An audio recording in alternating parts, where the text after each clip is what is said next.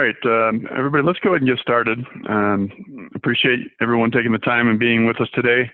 This is Brett Wangen again from Grid Subject Matter Experts. Couple housekeeping items before we get going. This webinar is being recorded, and the purpose of the recording is so that we can get copies of this to all of you and also to those that have registered but weren't able to attend in person. So we are being recorded. Today on the webinar, we also have Colin Dowdy from GridSME supporting the webinar, so you might hear Colin talking a little bit. A little bit just briefly about myself. I know a lot of you that are on this call, but not everybody, so a quick introduction. I've been in the industry, power system operations, and primarily the focus in tools and data for about 24 years. I started my career on the EMS vendor side, supporting network applications and training simulator applications at Siemens.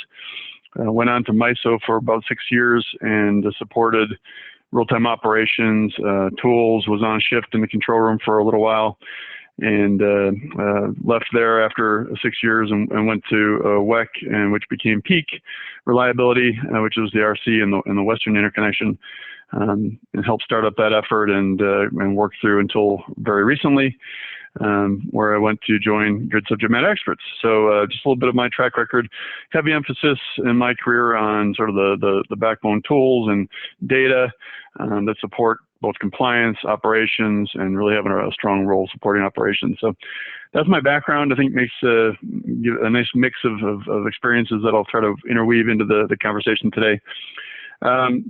Purpose for the webinar, I've had a lot of conversations with TOPs out there, a lot of them in the West, but also in ERCOT and also some in the East, around where they're at with real-time assessments, some of their own concerns. And I wanted to try to pull some of these concerns, some of these different ideas that maybe I have and best practices I've seen.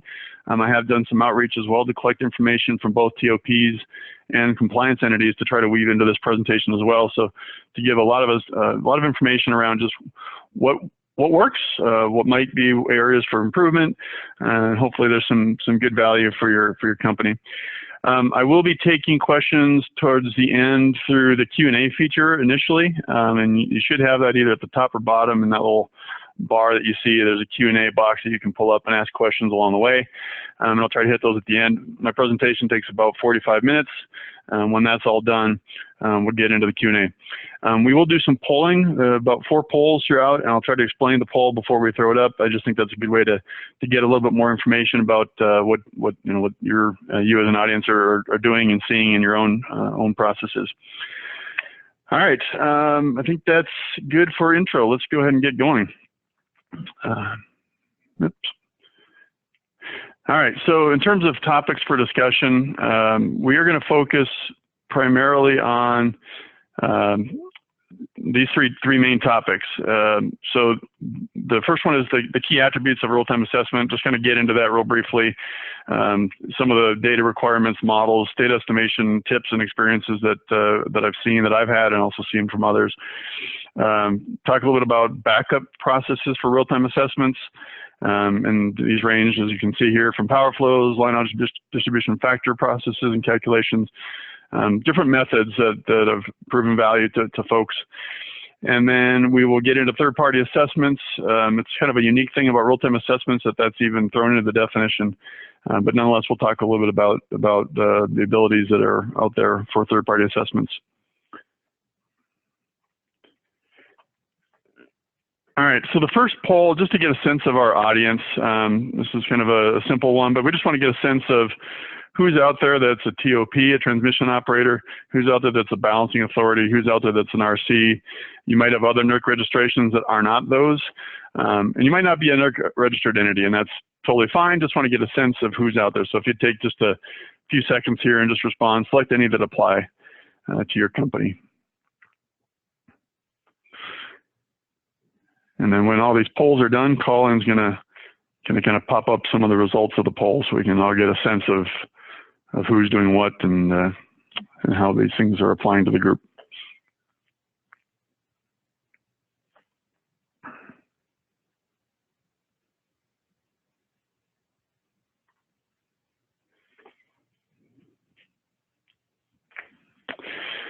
All right, thank you, Colin. So I can see that we have a good base of transmission operators, which is excellent. Lots of balancing authorities, 14% RCs. And I think, while some of the conversation today is a little bit more focused on TOPs, obviously the real-time assessment requirements are basically the same whether you're an RC or a TOP. So I think hopefully some of the experiences shared will be relevant to everybody.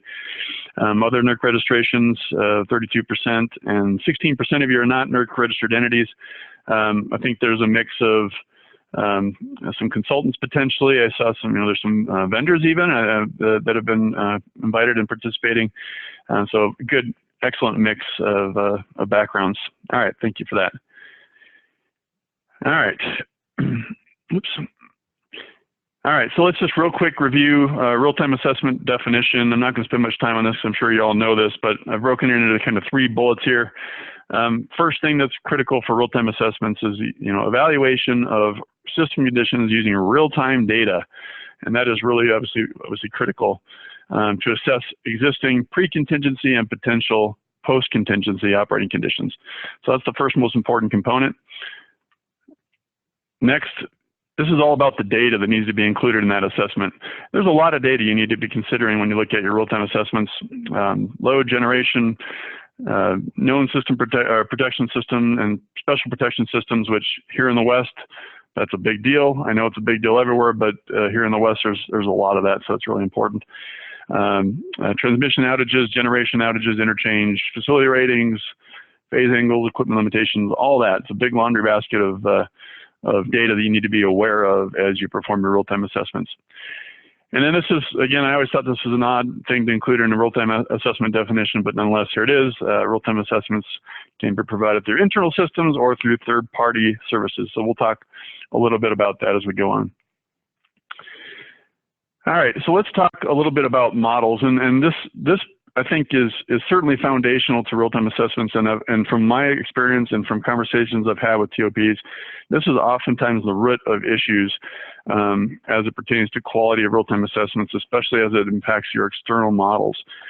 So one of the most important things is for a TOP to determine what is the external model size and what is that boundary that I need to have. So kind of taking a look at this diagram on the right, this is something that we've been building in some of our discussions with RCs in the West, but just the concept of what does my external model look like? So obviously there's an internal representation of your TOP area or your RC area.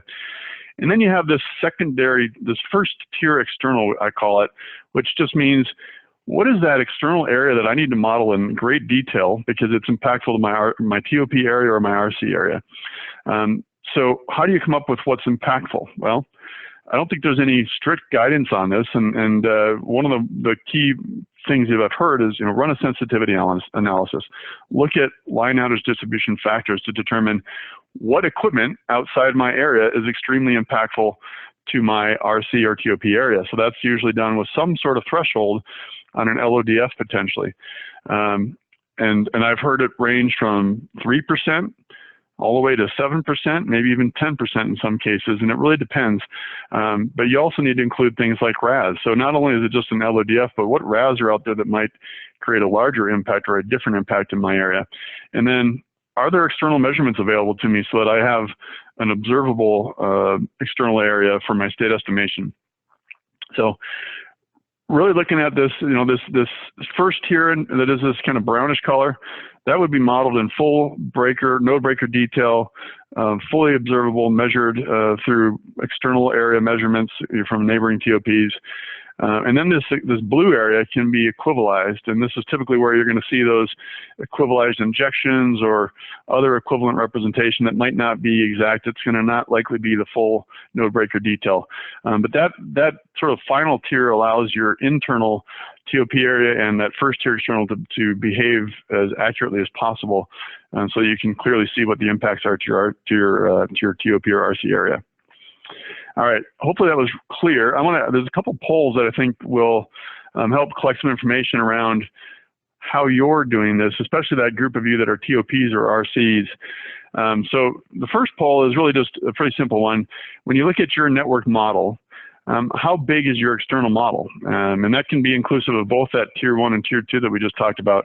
Is it pretty small, less than 500 buses? Is it what I call maybe medium size, 500 buses to less than 1,000 buses, or is it greater than 1,000 buses?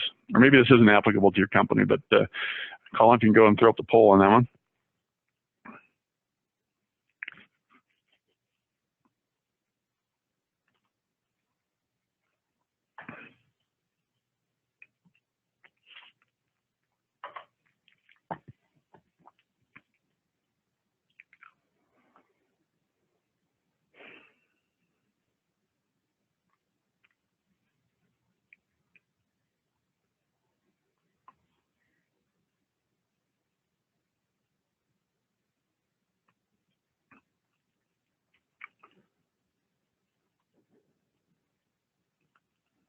All right, very good. Thank you, Colin. All right, so it looks like we have a pretty good mix. We have several that 34% less than 500 buses, 12% kind of in the middle, 500 to 1,000, and then 32% is over 1,000. About 22% of you not applicable or unsure. Kind of what I expected. Some of the smaller entities, smaller TOPs might have this less than 500 buses. Some of you that are intertwined with your neighbors, you probably have larger external models. That makes good sense, so good information. All right, now a secondary poll just following that is to my comments about how are you selecting what is your external, what are the boundaries of your external model and what are the impacts? And I'm hoping that the bulk of you are using some sort of sensitivity analysis or a line outage distribution factor analysis. So hopefully this makes good sense. I recognize this one's a little bit more in the weeds, but I want to get a sense of, are you using thresholds to identify that external impact less than 3%? Meaning, if you have a contingency in your adjacent TOP or RC area that has a less than 3% impact in your area, greater than 3%, but less than 5%, greater than 5%, less than 7%, you can read all that. That's what I'm getting at here. So I want to see, hopefully this makes sense and we can get some good input on this one. This has been a question that has been asked of me of what is the right threshold. So I hope this will give a good sense of what people are doing. So go ahead, Colin, and throw up the poll.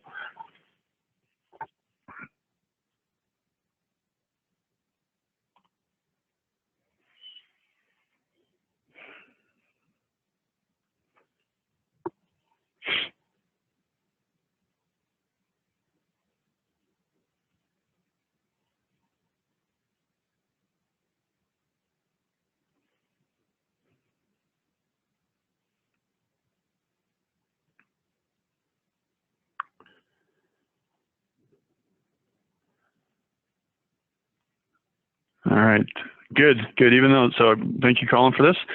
Not very many of you use a small threshold of less than 3%. Looks like 20% use somewhere between 3% and 5%. Only 10% use between 5 and 7, and then 5% use greater than 7. So it looks like in that 3 to 5% range. Granted, there's a 41% of you who are unsure, which I again recognize this was a bit of an in the weeds question. But that still is very useful. It looks like it's kind of across the board, but generally in that 3 to 7% for sure range. Good. Thank you for that input. All right. So this is a direct question. Oops, let me make sure. Yep, a direct question I got from a TOP, and it'll kind of lead me into some conversation about measurement weighting and accuracy classes that you set up in your state estimator. But the question was, we struggle with our external model accuracy and often have state estimator failures due to the external model. Any silver bullets to help with this? And of course, no silver bullets. But there's a couple things that you should really consider. There's a part of the background story of this was this is a TOP that is intertwined with a lot of its neighbors and with RCs, and they struggle with maintaining their external model with a high level of accuracy, and they also struggle with having the right measurement visibility or state estimator observability for their external models. So that's kind of the background story. One thought is you leverage the RC models that are out there because they're kept up to date. It includes all the representation of your neighbors and work on process to include that. And certainly there's been a stronger embracing of good processes, including SIM, the Common Information Model lately that I think would help in the long run, certainly help your internal processes. So that's a strong one. use sensitivity analysis to determine those model boundaries and stick to that. Make sure that they're documented and part of plans, but come up with that boundary and then come up with a reasonable way to equivalize, and make sure that those boundaries have appropriate measurements.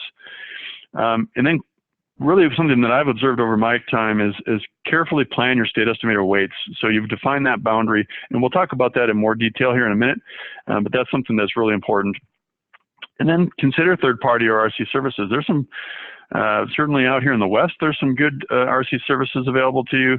You know, there are some potential third-party services out there, I imagine. I know of, you know, GridSME has some considerations we're looking at, and others, I believe, are also. So consider those. But let's talk about the state estimator weight design. So something, you know, a little bit of a story before I get into what is this. You know, back in my time at Midwest ISO, and you know, this is in the early days of their model and state estimator implementation. You know, as you might know, state estimator, MISO has a very large state estimator model, and even back in the early 2000s when I was involved in that, it had a large model. But it had a very large external model, and you know, looking at the Great Lakes loop flow impacts and going all the way around northern, you know, into Ontario and into New York, and I remember as an engineer sitting there looking at the state estimator not converging in that external area where there was very limited measurements available, and just the way the state estimator weight design was implemented at the time. There was a big, there was a very light emphasis on having measurements in that area and also having pseudo measurements properly set up and having weights. Even though it's a pseudo measurement, they still have weights assigned to those pseudo measurements, and that has a drastic impact on the robustness of your state estimator and the ability for it to converge in those external areas. So with that in mind, have a goal for what you're trying to achieve with your state estimator. You can control things like, you know, bad data detection. When do I want bad data to be detected and thrown out? How do I want my mismatches to be handled? Do I want to emphasize bus mismatch over measurement residuals on branches and generation injections, things like that?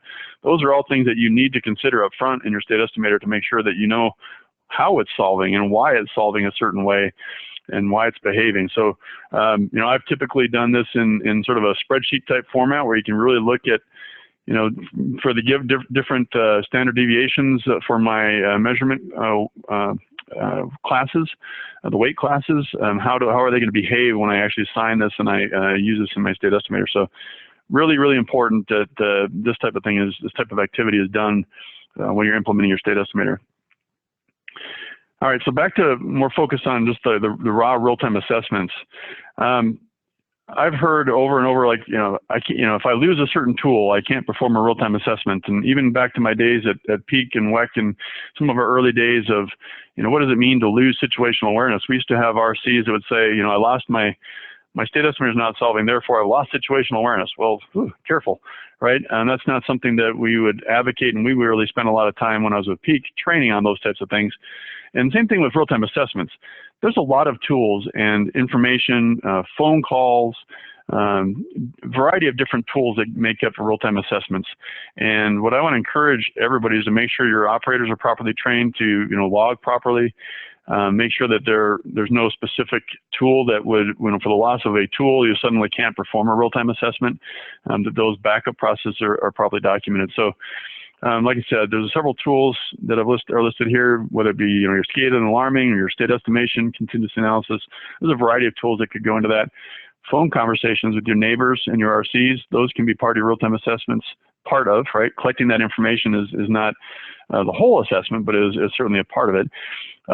Other tools like line outage distribution factor tools, look ahead study tools actually can provide a huge role. If you are looking ahead an hour ahead or a couple hours ahead, and you have a state estimator failure, well, you've got these cases that are looking ahead, so you already have some reasonable inputs. And if your real-time inputs are consistent with what you were forecasting an hour ahead or a couple hours ahead, suddenly you have a very valid case to be looking at, to be reviewing to support your real-time assessment needs. Synchrophaser applications, those tend to be the sophisticated tool set looking for a problem. Well, this is an excellent application of synchrophaser tools, is to provide visualization, situational awareness.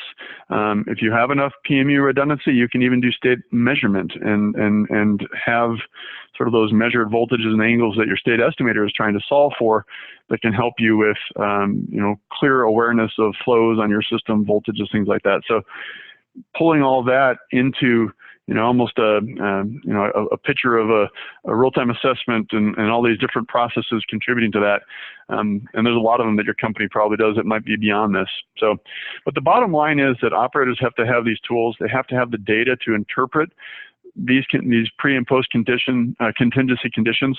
So if you lose some of these processes, you need to have those backups, and we'll keep talking about that here in a minute.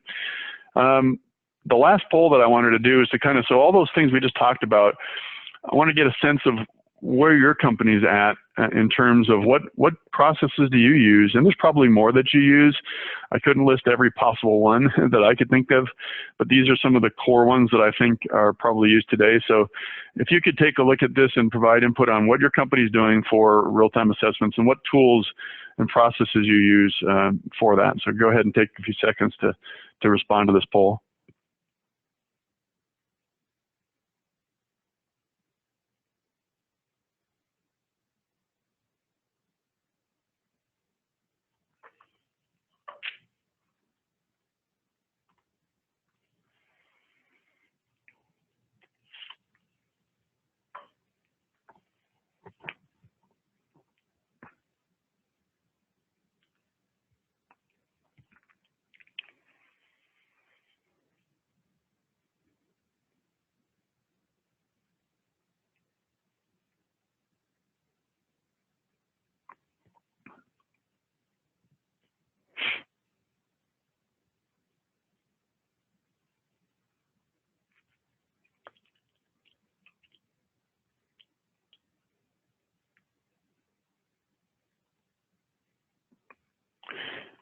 All right, thank you, Colin.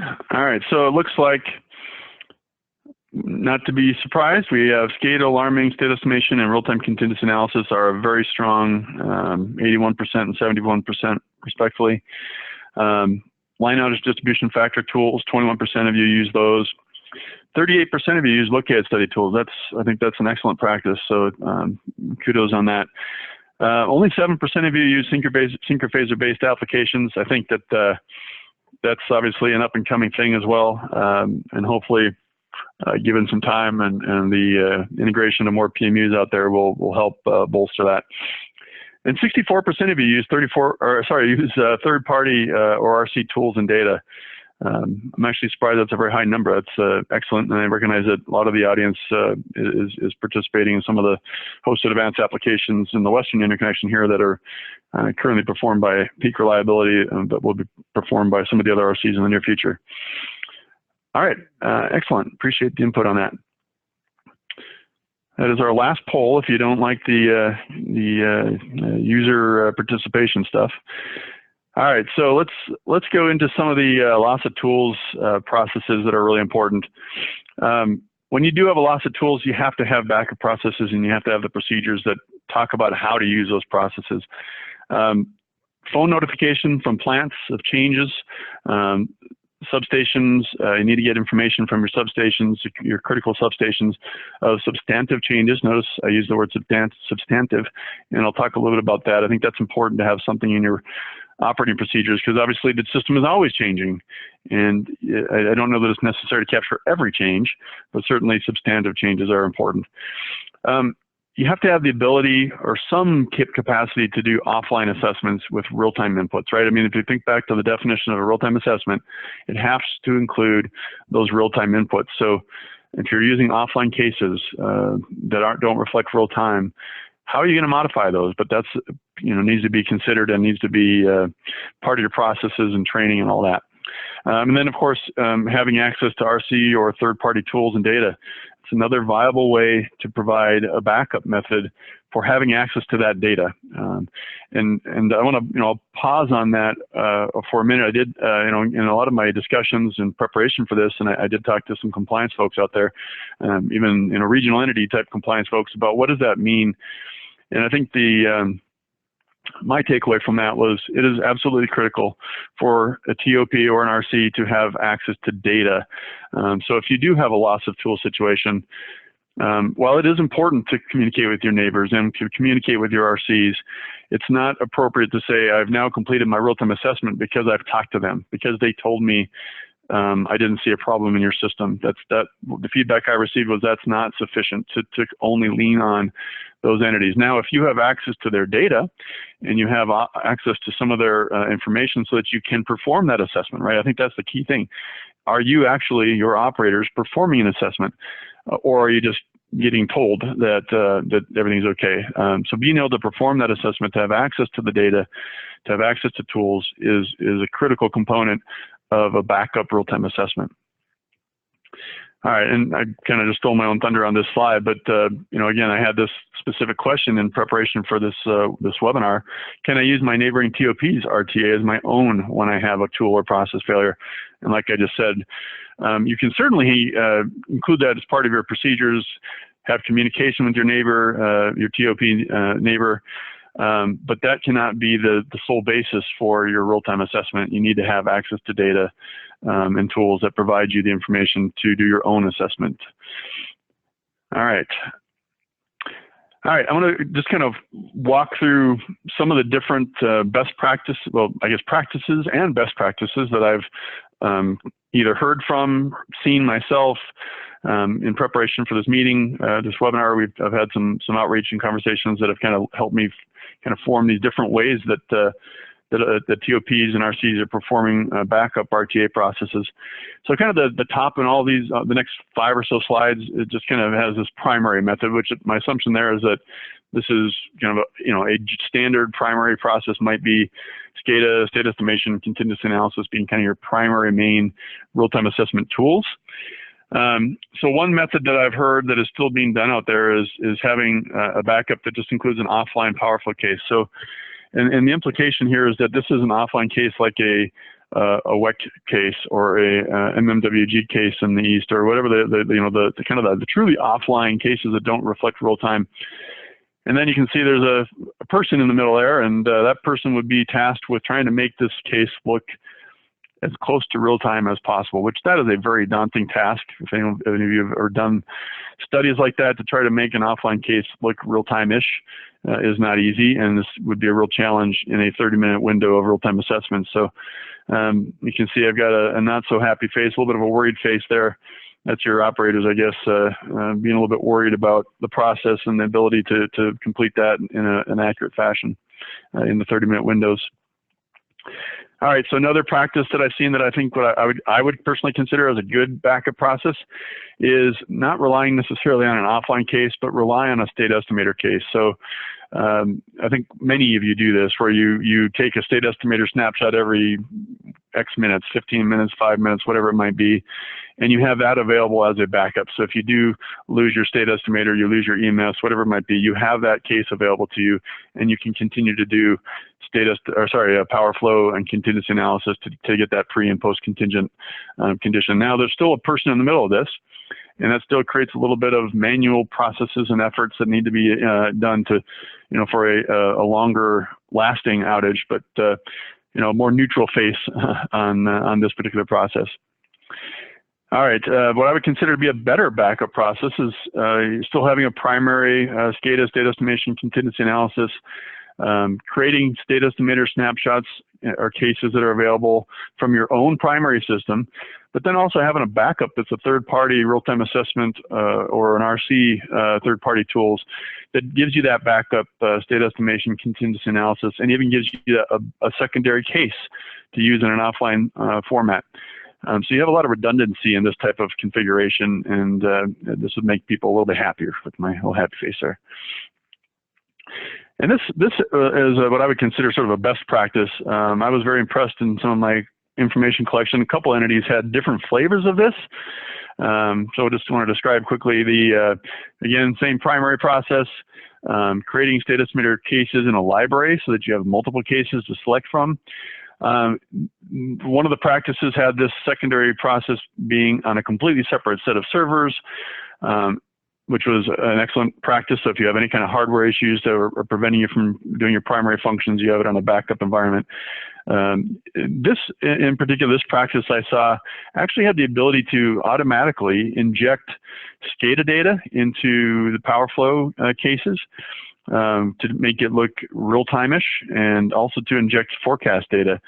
And so note there's no person involved in that necessarily to make that happen. So it's a very seamless process to create a study case. Even though you might not have state estimation and contingency analysis actually running in your primary process, you can have a very similar look and feel process through this type of automation. So this is what I would consider a very strong best practice. Some of the things to be aware of if you're a third-party real-time assessment user, whether it be RC or other third-party assessments, is how are you doing the backup? And if that's your primary process, make sure that there are backup processes available to your operators and to your engineers that are supporting some of that. All right. A question I've often heard and asked myself even is when is an RTA no longer valid, right? In the time where you've lost some of those primary tools, when is my RTA no longer valid, and when do I have to make sure I'm actively doing something? And this is where I got some really interesting feedback from some compliance entities.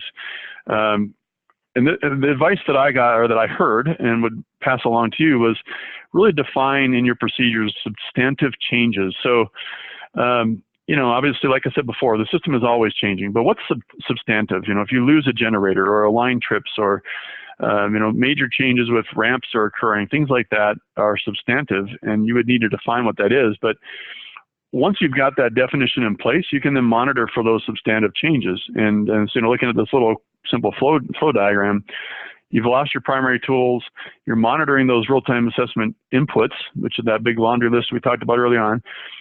Are substantive changes occurring? If no, then my previous assessments that I've already done are still valid. So think about it, it's the middle of the night, load is flat, there's no outages occurring. Technically, my previous assessments that have been performed are still valid and can be logged appropriately that's the case. If substantive changes are occurring, then obviously you have to do some more work to pull in those changes and to reflect real-time conditions as best as you can, and perform those assessments and studies to be able to check that box of a real-time assessment. All right. A few more considerations for loss of primary real-time assessment tools. Again, have operating plans that address all these things. When do you implement those backup processes? How are you going to communicate with your neighbors and your adjacent TOPs, BAs, and RCs? Notification of on-call support. Make sure you have a reasonable process there, because those poor on-call folks that get woken up in the middle of the night and are under the gun to help support a 30-minute real-time assessment requirement, that's tough to do unless you have really strong processes to have the data available for them, to support the operators and RCs to do those. I recognize a lot of you probably have 24/7 engineering support, but not everybody does, and so you have to have these on-call processes and set them up for success by having the data and tools that they need quickly at their hands. And then, of course, make sure your operators are logging these things and logging the completion of the real-time assessments properly, so that there's clear track record and evidence from a compliance perspective. All right, this was a question I had from a TOP, and I did get some feedback from compliance entities again on this one. If a TOP has a loss of control center and is moving to a backup facility, does that TOP have up to 2 hours to begin performing an RTA? And this is in the lens of EOP8. And the answer the feedback I've received, EOP8 says you have 2 hours to fully implement backup functionality in a loss of control center situation, but that doesn't relieve you of that 30-minute real-time assessment obligation. You still have to have processes in place to be able to perform that RTA even when moving to a backup facility, even though EOP8 says you have 2 hours to fully implement that backup functionality. So that's an interesting one to make sure you're aware of. All right, other considerations, tools, use TTCs as a proxy to prevent SOL exceedance, right? A lot of those tools are in separate tool sets. As long as you have real-time data, you can probably accomplish this. use those LDF tools. I think that there's opportunities out there, not only for, obviously, they're fairly simple to implement on your own, but there are tools and systems out there. I'm not sure if everyone's aware that even some of these tools like the Enhanced Curtailment Calculator, and I suspect probably the IDC, which is kind of the cousin to the Enhanced Curtailment Calculator here in the West, there are APIs that have not been leveraged that might allow you to pull certain data sets that might be of use to you to support your own implementation of some of these. Maintain awareness of your critical facilities, facilities critical to the derivation of an IROL, and be able to support your RC in some of those things if you have lost some of your tools or data. And then, very important, give operators study tools with efficient workflows. Here's another story, right? Back in my early days at WEC and helping set up the tools needed for the RCs here in the West, if you think of probably all the vendors out there, and so I'll pick on the vendors for a second, the tools that are provided to perform studies are not out of the box ready for an operator to use. And that's probably by design and intention. It's up to the RCs and TOPs and all the users to define a user interface that makes sense. But I remember in our early days to get some of the RCs to really embrace the study process was painful. And the reasons like this: if you have a display that has a whole bunch of analyst display links and it has a bunch of parameters that only analysts and engineers might use or understand, if you have data, if you have to go through and select a different database to load before you can do a study, those things are things that you shouldn't expect your RC to have to do, or your TOP operator to do. Give them the capability to quickly go through and to load. 99% of the time they're going to want to load a current state of the system. So let them load that with a quick button click. Give them access to one lines where they can run power flows from the one lines and see impact the changes that they're making immediately. So make those things available to your operators to be successful and to be able to do these things quickly and efficiently. All right, a little bit about third-party assessments. Really, some of the things that I've talked to people about, and that GridSME, and for one, has some ideas about how to potentially provide third-party assessment services. It's all about being a data aggregator. It's not necessarily about running all these tools and having EMS systems, but being able to pull data from all these different parties and make it available through some sort of portal to support your awareness and your ability to perform real-time assessments is an interesting concept, and something that we're exploring. And I'd love to get input from those of you if you have any interest in hearing more about something like that. Having the ability to, having a heartbeat so that an end user knows that this thing's still alive and that the data is refreshing, and having good capabilities to filter and visualize. That's part of the problem that has been worked through to some degree with some of the RC third-party assessment tools, is that you're modeling, entire interconnections potentially, or large footprints that maybe a small TOP doesn't need to see. So how do you get past some of those things? And I know Peak has done some things in the West, and maybe others have done some things to help that, but it's certainly important. All right, so that's kind of the end of the main presentation. I don't see any questions through the Q&A feature, but you should have a Q&A feature at the top or bottom. I'm not sure it's at the top for me. It just says Q&A. If you click on that box, you can type in a question. So I'll just take a minute to pause and let you think if you have any questions there. Otherwise, we will open it up for some just verbal questions. All right, I did have a question that just popped in about compliance. Who from a compliance perspective did I question? And I did primarily talk directly with WEC compliance to get some of their input. And again, I want to make sure that you all recognize I'm just a transfer of information here. Do not rely on me solely for your compliance advice. Obviously, validate what you're hearing with your compliance folks. But I also did have some conversations with ERCOT, and took some of their input as to how what they're doing. And so those are kind of my primary compliance references. All right. In terms of vendors that are offering third-party services in the West, that's another question that just came up. So those in the West know that the RCs in the West have provided some services there. I know in my conversations with vendors that there's a desire to create additional services that are sort of a third-party vendor service. Like I mentioned, GridSME has some capabilities in terms of portals. You know, GridSME does some things currently with GOPs in terms of sort of managing some of their cyber compliance, and we have some portals and reporting and different things that we do already. And so we're looking at ways to leverage our existing infrastructure to provide more services and to provide some data aggregation. So to answer specifically your question, there's not a set of mature vendors out there, but nonetheless, there are some opportunities if there's interest in pursuing something like that. All right. I had another question here about, is there any good tool for determining external network model equivalencing? Is Model X a good tool used for this purpose? I have heard some good things about Model X. I know there's a lot of users of Model X. I personally have not directly used Model X. I do think that, you know, it depends on what you're trying to accomplish. If you are doing just a sensitivity analysis with sort of an LODF type approach, there's a lot of tools like Model X. I've seen some of those tools using other just offline power flow tools.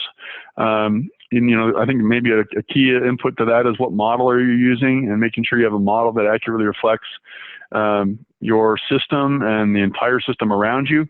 Those can be, again, sort of the base cases that come out of sort of regional entities or interconnection processes, or perhaps it's your own models and tools that you might leverage. But you know, if there's anybody that's had an excellent Model X experience and you want to shoot me a note, I can maybe put you all, you know, the person that's asking this question in contact with somebody that's had some good experience with Model X. Okay. Any other chat type questions? I'll just pause for a second here. All right, I'm not sure if this is a joke, but someone's asking me to spell Model X. You know what? I believe it's just like it sounds like, model with the X afterwards. But honestly, if I'm wrong on that, maybe I could get someone to tell me otherwise. But again, I've not personally been a user of Model X, but it's certainly something that's available to you. And I think if you do some research, and like I said, if you have more questions about that, I'd be happy to link up some existing users of Model X with you. So maybe an email after the fact would be great, and I could help you link those together. Okay, Colin, if you don't mind. So what we're going to do right now, since I don't see any other, actually, hold on one second. Looks like my scroll bar went past. Oh, we do have one more comment here. Let's see here. All right, I have a question that says, are you saying that we cannot contact the RC to ensure that there are not contingency problems in our system to fulfill our RTA obligations? So again, you know, I'm a conduit of information right now, and I want to be careful not to say that I'm the, you know, sole compliance informant for you, but the input that I received and sort of the practices that I've heard in the past is that, yes, that can absolutely be a part of your real-time assessment, to contact your RC, to have a conversation, to contact your neighboring TOPs. What are you seeing? Any issues you're seeing? But the key distinction that I heard, and this primarily came from WEC, so good to validate with them, and if you have an opportunity to do that, was that you need to have access to the data or the tools that you have, you know, to perform that assessment. So relying solely on your RC or solely on your neighboring TOPs to perform that assessment was not sufficient. However, if you have access to sufficient data and you can validate that, or you can, you know, use that in conjunction with conversations with your RCs or adjacent TOPs, that is a very strong practice that is acceptable. So. Again, you know, I don't want to be the sole person to drive you a certain direction, but that was the input that I received on that. Okay, so what I would like to do, I don't see any other chat questions. Let's make an effort. Now, I do see that there's almost 80 participants on this webinar, so that's a lot of you. So what we're going to do, and we have just over 10 minutes remaining, we're going to open things up. If there might be those of you that want to provide some input, I'd like to make it a bit of a dialogue if we could for a minute, but we're going to do that through the raise hand feature. and Colin is going to kind of open up and facilitate that. So if you do have comments that you want to make, if you do have, oh, you know what? Sorry, real quick. I'm getting some chat information that I hadn't noticed. Oh, and I think it looks like everybody's getting this. So Nexent Grid 360 is sort of the Model X provider, looks like, and really appreciate some of that information sharing. Excellent. But anyway, sorry, we're going to go ahead and open up the phone lines, and so we're going to do that by raising your hand, and I hope that it's obvious as to how to do that. There should be a hand.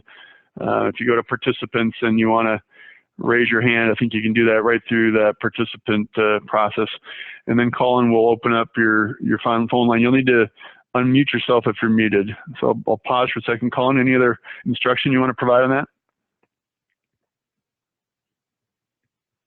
No, I believe the raise hand is down by the Q&A. As long as you click that, it'll give me a little notification, and I can unmute your mic, or I can at least give you the ability to unmute your mic. Okay. So while you're all thinking about that, there may be some of you that have some of these best practices and want to share a bit further, or have had some of your own experiences that you'd like to share. I think some of the value in groups like this is really sharing what's worked and what's not worked. So if anyone has anything they'd like to share in that context, we'd love to hear it.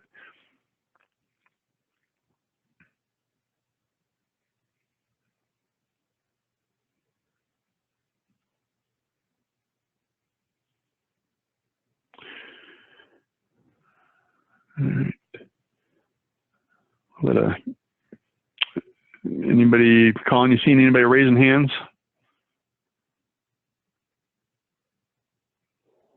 I am not. Okay. All right. Well, we'll just for a second just kind of go through. Again, you can see my contact information on the slide here. I do want to do another discussion on a very related topic, which is sort of the next step of, okay, I've got my processes now. How do I measure the quality of these real-time assessments? And how do I measure the quality of my data that's being utilized for real-time assessments, sort of from the lens of TOP10 and IRO 18? But then also just putting together processes and metrics and things like that to measure how you're doing on a regular basis. I think I've always seen that those have done a lot of provide a lot of value to operations. And then just real quick, just throw it up there for y'all to have as a reference. If you don't know anything about GridSME, here's just a one slider. I'm not going to go through it with the group right now, but just as an FYI, it'll be in the slide deck, and it'll be now in the recording if you want to refer back to some of the other things that GridSME does. So, all right, final thoughts. Colin, anybody else raise your hand? You just had one more question come through the Q&A if you got an extra minute. Yep, we do. All right. Question is, do you have any best practices to help show evidence that if RTCA produces an output, that the operators see that notification and act appropriately? So the best practices that I've seen in that respect is, and so general evidence is going to be things like logs that your tools have run, the automated reporting that your tools do. Sometimes those things are done through Pi or a historian of whatever kind that they're able to generate a report that these types of tools were able to complete successfully. I have seen some best practices, and actually in my own background with peak reliability, where they've designed some workflow into managing real-time contingency analysis processes and information that requires acknowledgments and things like that. So there's some tools that have been built, I know, at Peak internally to manage some of that. I don't know of much more other folks that have done that, but to me, what I hear the question is really around, how do I demonstrate operators have interacted with this information and how that they've responded appropriately? From what I've heard, it's certainly a burden, and I don't believe it's expected that an RTA has to be logged every 30 minutes by a human being, by an operator. So really, it's really a strong training thing. Some of my own experiences, like I mentioned before, getting an operator who's not comfortable necessarily out of the box, comfortable with some of these offline tools or power flows tools, offline contingency analysis tools, to get them to be able to access it and to look at the information and understand it and do that assessment is really a struggle. And I think a lot of training will help move that ball forward. And then, like I said, just having some workflows built into your procedures and making sure that they're checking some boxes internally. And even like Peak has been doing, even having that available through a tool can provide some value. And then, you know, if anyone has any other input on that, that they'd want to raise their hand, that would be great.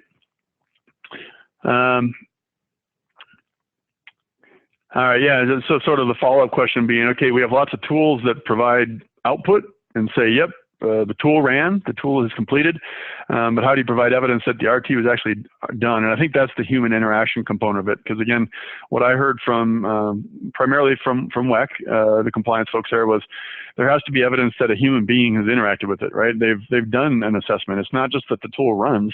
How do we know that you've done that assessment? So having some workflow defined, if you can incorporate that into your tools in some way, if you're struggling with that, that's great.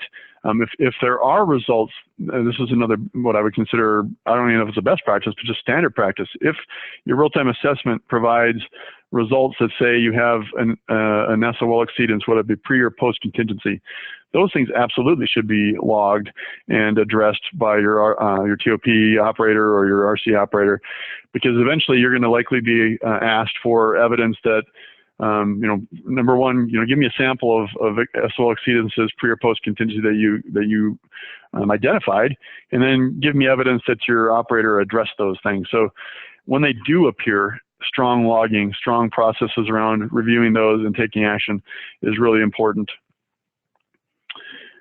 All right, hopefully that was useful. If anyone, again, we have about 7 minutes remaining. If there's any other questions or anybody want to open up the line, raise your hand. We can take that now. Call in anybody at this point. Not that I'm seeing right now, but also, you know, you'll have Brett's contact information. If you think of something in your sleep tonight, don't be afraid to reach out to him later. And later this week, I should have this recording and the slide deck out to everybody who's registered. Yep. And, you know, I'd be happy if there's, you know, if we scratched the itch a little bit but didn't quite get it and you have some follow-up questions, I'd be happy to do a little bit more outreach. And, you know, like I said, I'd like to do this type of webinar fairly frequently. So I'd be happy to take further questions and work them into future webinars and just to keep the information sharing going. I think that this has always been a valuable type of forum that I felt has been useful for folks. So. All right, seeing no other questions, I think we can go ahead and wrap up and adjourn. I truly appreciate your input, and we will make all this information available to you shortly in the next few days to a week. All right, thanks everybody. Bye-bye.